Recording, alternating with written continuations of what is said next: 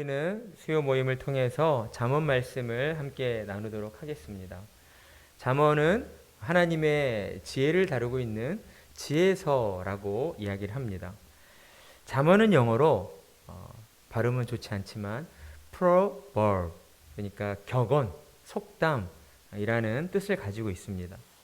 히브리어로는 마샬이라고 부르는데 이 마샬의 뜻은 비슷하게 하다, 비교하다, 그리고 동화시키다라는 뜻을 가지고 있습니다. 진리를 알기 쉽고 오래 기억하도록 단순 명쾌한 비유를 통해서 그 의미를 전달하는 교훈, 훈계, 격언, 비유 등으로 일컬어지고 있는 것이죠. 따라서 잠언은 일상의 구체적인 모습과 인생의 심오한 진리들을 비교한 책이라 할 수 있으며 또한 도덕적 교훈을 담은 짧은 글로서 인생의 기본적인 진리를 강조하고 가르치고 있는 책이다라고 할 수 있습니다. 그렇다면 잠언은 누가 기록하였습니까? 잠언의 대부분은 솔로몬 왕이 기록하였습니다. 그래서 잠언 우리가 읽은 1장 1절을 보면 다윗의 아들 이스라엘 왕 솔로몬의 잠언이라고 기록을 하고 있는 것이죠. 하지만 잠언 전부를 솔로몬 왕이 기록한 것은 아닙니다. 잠언 30장 1절에서 33절은 아굴의 잠언이고 잠언 31장 1절에서 31절은 르무엘이 자신의 어머니로부터 들은 그 잠언을 기록해 놓고 있습니다. 잠언은 이처럼 여러 사람들의 지혜를 모은 지혜서인 것이죠. 그러나 잠언은 세상의 어떤 지혜 문학들처럼 단순히 세상을 사는 데 있어서 일종의 처세술을 가르치고 있는 그런 책은 아닙니다. 그렇다면 잠언이 가르치고 있는 지혜는 어떤 지혜일까요? 잠언은 여호와를 경외하는 것이 지혜의 근본이라고 말씀하면서 하나님 앞에서 세상을 바르게 살아가는 방법들을 지혜라고 말하고 있으며 또한 그러한 방법들을 우리에게 가르쳐 주고 있습니다. 따라서 잠언의 기록 목적은 한마디로 하나님의 자녀들이 이 땅을 사는 동안 하나님의 자녀로서 하나님을 경외하고 의롭게 살도록 하기 위하여 지혜와 훈계로 일체의 비결들을 가르쳐 주신 말씀이다라고 할 수가 있는 것이죠. 요즘 유행하는 표현을 빌어보자면 이 책은 슬기로운 신자 생활의 교과서이다라고 할 수가 있는 것입니다. 오늘날 우리는 이 땅을 사는 동안 믿음으로 사는 것에 대한 어려움을 느낄 때가 참 많이 있습니다. 왜 그렇습니까? 세상이 너무나 빠르게 변하고 있기 때문이죠. 불과 예를 들자면 몇 년 전까지만 해도 동성애의 문제나 낙태 수술과 같은 문제들은 사회적 이슈가 되지 않았었습니다. 왜 그랬습니까? 우리가 살고 있는 이 사회적으로 그러한 일들을 수용할 수 있는 그런 분위기가 아니었기 때문이죠. 그러나 문명의 이기인 이러한 스마트폰이 우리에게 주어지면서 세상이 급변하기 시작했습니다. 세상의 모든 국가와 국가 간, 인종 간 또한 그 모든 문화적인 경계들이 허물어지게 된 것이죠. 이로 인하여 좋은 면도 분명히 있습니다. 국가와 인종 간, 문화 간의 어떤 벽이 허물어지면서 서로 간의 다양성을 인정하고 존중해 주는 그런 문화가 형성되었기 때문입니다. 그러나 반대로 안 좋은 면도 있다는 것이죠. 우리가 성숙하지 못한 상태에서 너무 급변하다 보면 어떤 일이 벌어집니까? 탈이 나게 되어 있습니다. 너무 급변하게 이러한 모든 경계들이 허물어지다 보니 공동체 의식이나 또는 그 공동체 사회를 또한 지탱해주고 있는 그런 질서 의식이 점점 더 약해져 가고 있다라는 것입니다. 민족적, 사회적, 문화적으로 경계가 허물어지다 보니 처음에는 어때요? 다 함께 잘 살 수 있는 것처럼 그렇게 좋아 보입니다. 더 나은 방향으로 발전해 갈 것이라는 그런 기대감을 갖게 되죠. 그러나 공동체 의식이 사라져 있는 그 사회는 질서가 무너져 버렸기 때문에 시간이 지날수록 어때요? 더 심한 차별이 일어나게 되고 더 심한 갈등과 분쟁과 다툼 속으로 빠져들게 된다라는 것이죠. 요즘 우리가 뉴스를 보게 되면 이러한 현상들을 많이 보게 됩니다. 전 세계적으로 코로나의 악재까지 겹쳐지면서 인종 간의 차별이 정말 심화되어져 가고 있고, 또한 나라와 나라 간의, 민족과 민족 간의 이러한 차별과 다툼들이 점점 더 극에 달해가고 있다라는 것입니다. 이러한 상황 속에서 하나님의 은혜로 믿음을 갖게 된 그리스도인들은 그리스도인의 정체성을 가지고 이 땅을 살아가기 위하여 우리는 오늘 이 잠언의 말씀을 더욱 마음 깊이 들어야만 하는 것입니다. 잠언의 말씀을 우리 마음에 새기고 붙잡아야 한다라는 것이에요. 왜 그렇습니까? 급변하는 세상, 요동치는 세상 속에서 믿음을 가진 신자들이 좌로나 우로나 치우치지 않고 중심을 잡을 수 있는 그 비결은 오직 여호와 하나님만을 경외하는 그 지혜에 있기 때문이다라는 것입니다.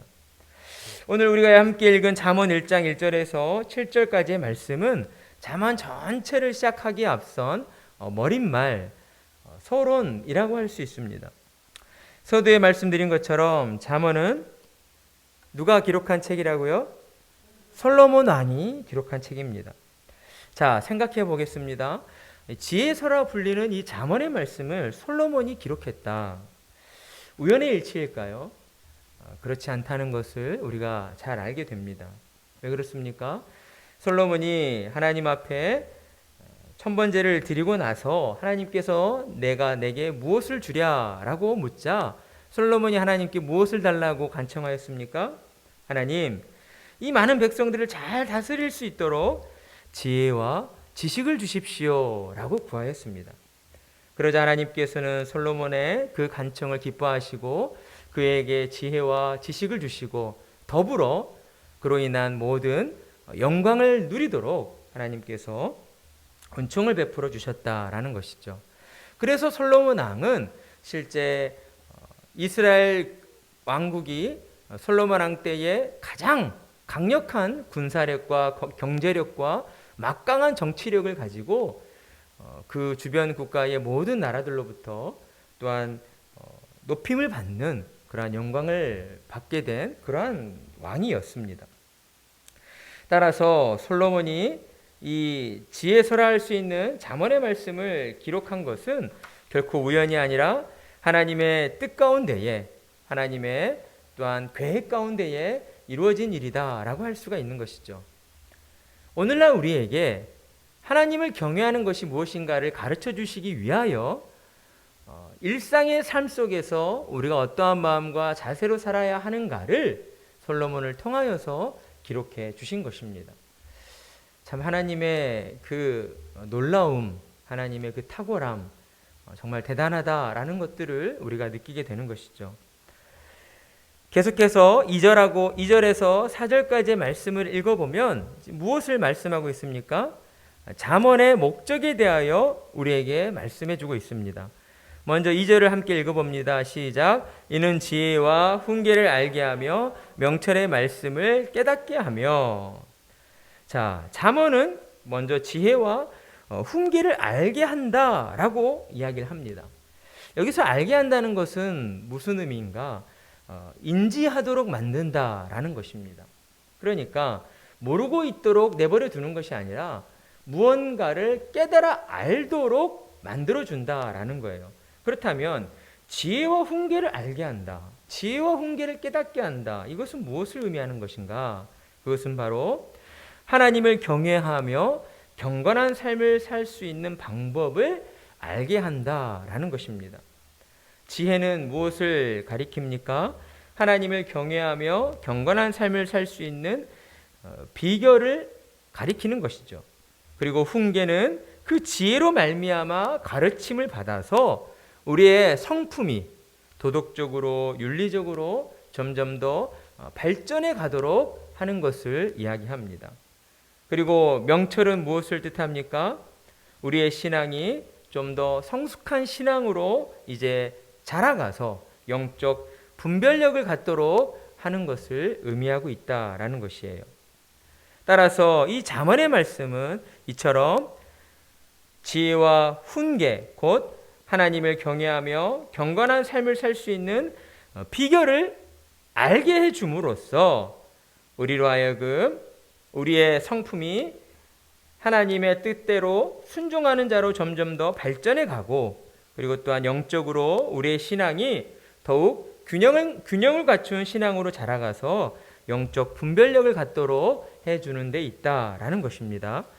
3절의 말씀 함께 읽어봅니다. 지혜롭게, 공의롭게, 정의롭게, 정직하게 행할 일에 대하여 훈계를 받게 하며. 아멘. 여기서 지혜롭게라는 표현의 이 지혜는 방금 전에 우리가 살펴본 그 2절의 지혜와는 조금 다른 의미를 가지고 있습니다. 이 3절의 지혜롭게라고 하는 것은 우리 자신을 가리키고 있죠. 따라서 이 지혜는 우리 자신을 자제할 수 있는, 절제할 수 있는 능력과 신중함을 가지게 한다라고 할 수가 있습니다. 공의는 무엇입니까? 하나님의 뜻과 기준을 따를 수 있는 능력이고, 정의는 타인들과의 관계에서 진정한 의를 적용할 수 있는 것, 그리고 정직은 공정하고 흡족한 방법으로 양심에 따라서 살아갈 수 있도록 훈련하는 것들을 의미하고 있는 것이죠. 따라서 이 잠언의 말씀은 하나님의 백성된 자녀들을 지혜롭게, 곧 우리 자신을 자제하고 절제하고 신중할 수 있도록 하는 것이고, 또한 공의롭게 하나님의 뜻과 그 의를 행할 수 있도록 하는 것이고, 그리고 정의롭게 타인들과의 관계에서 진정한 의를 행하도록 하는 것이고, 정직하게 공정하고 흡족한 방법으로 우리가 양심에 따라서 살아가도록 우리를 훈련시키는 책이다라는 것입니다. 또한 4절의 말씀을 봅니다. 함께 읽습니다. 시작. 어리석은 자를 슬기롭게 하며 젊은 자에게 지식과 근신함을 주기 위한 것이니. 아멘. 잠언의 부차적인 목적이 바로 여기에 있습니다. 어리석은 자를 슬기롭게 하기 위한 것이에요. 자, 어리석은 사람에게 슬기롭게 한다라는 것은 분별력을 갖도록 하는 것이죠. 어떤 사람이 어리석어요? 불나방처럼 불구덩이로 뛰어드는지조차 모르고 뛰어드는 것, 그런 사람이 어리석은 사람이죠. 좋은 것과 안 좋은 것을 구별하고 분별해 내야 하는데, 그러한 상황 판단을 가지지 못하는 사람을 우리가 어리석다라고 이야기를 합니다. 따라서 이 잠언의 말씀은 이처럼 분별력을 갖지 못하고 있는 어리석은 사람을 우리가 분별력을 갖도록 해주는 데 있다라는 거예요. 이 어리석음의 어근은 열린문이라는 뜻을 가지고 있습니다. 이 의미를 생각해 본다면 이런 거죠. 그 마음으로부터 문을 닫고 열어야 할 때를 알아야 되는데, 그러니까 그 마음으로 지킬 것은 지키고 버려야 할 것은 버려야 하는데, 그것이 무엇인지 모르고 그냥 다 마음의 문을 열어놓고 있는 거예요. 나쁜 것도 들어오고 좋은 것도 버리고 열려있으니 어때요? 오고 가는 것을 모른다는 거죠. 이것이 바로 어리석음이라는 거예요. 그런 어리석은 자를 분별력을 갖추도록 하는데 하나님의 이 잠언의 말씀이 우리에게 주어진 것이죠. 그리고 또 젊은 자에게 지식과 근신함을 주기 위한 것이니 라는 이 말씀은 우리 젊은 청년들을 생각해 보면 보통 어떤 표현들을 많이 씁니까? 혈기왕성한 때이다, 혈기왕성하다라는 표현을 많이 씁니다. 이 말은 좋은 의미죠. 사실은 힘과 기운이 넘쳐서 모든 일에 적극적이고 왕성하게 활동하는 때이다라는 그런 좋은 의미를 가지고 있습니다.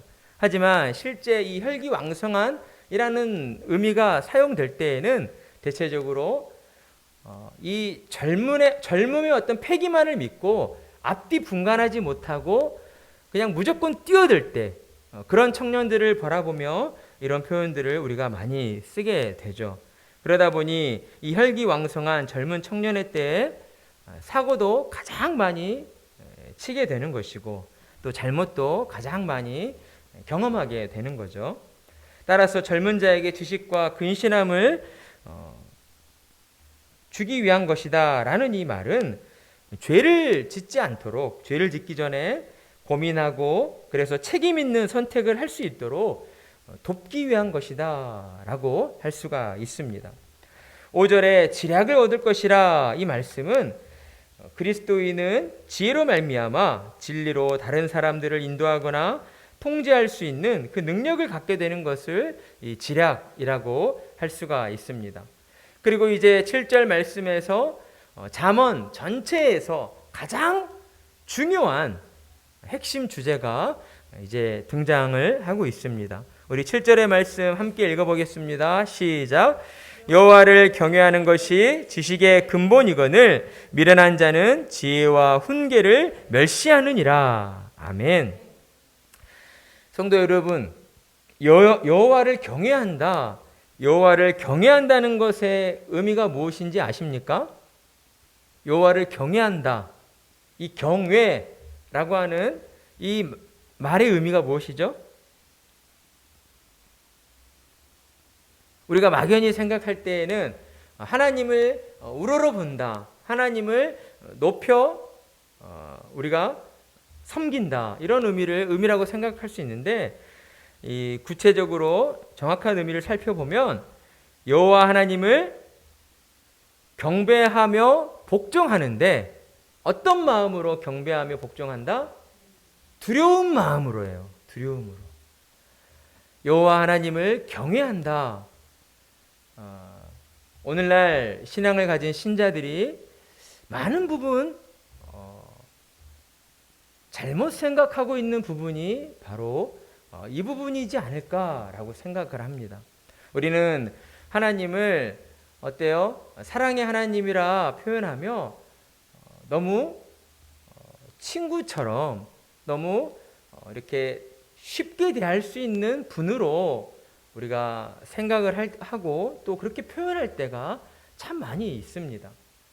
다른 사람들과 어떤 신앙의 대화를 나눌 때에도 하나님의 존재에 대하여 너무 가볍게 이야기하는 경우들이 있다는 거예요. 하지만 그것은 결코 하나님 앞에서 올바른 자세가 될 수 없습니다. 왜요? 하나님을 경외한다는 것은 두려운 마음을 가지고 하나님께 복종하는 것이기 때문이에요.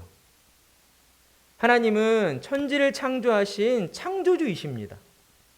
존재적으로 피조물된 우리가 하나님과 함께 있을 수 없다는 것이죠.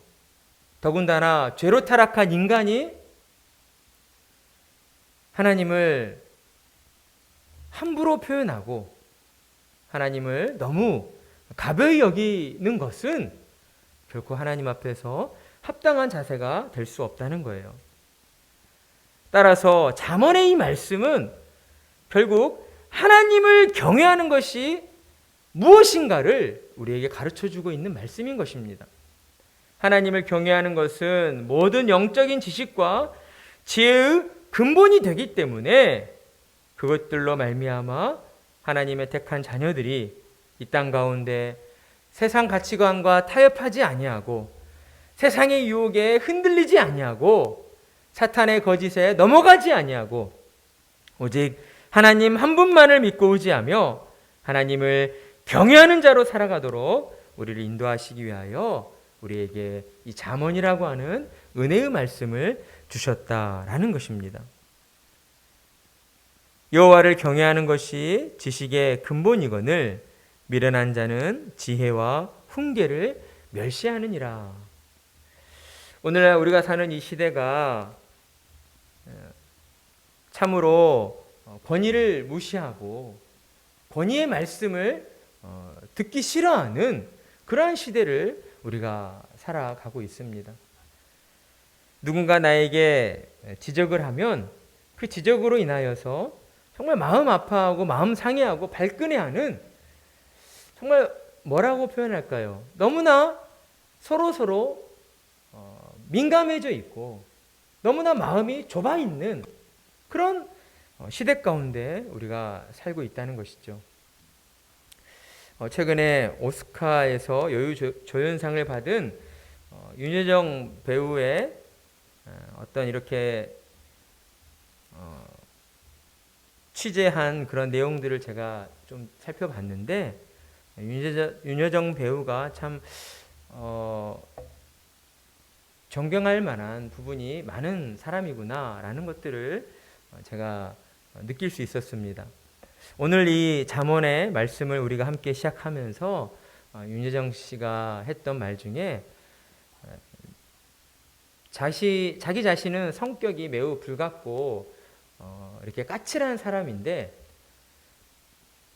연기에 있어서만큼은 누군가 나에게 지적을 했을 때 그 지적을 겸허히 받아들이려고 한다라고 이야기를 했습니다.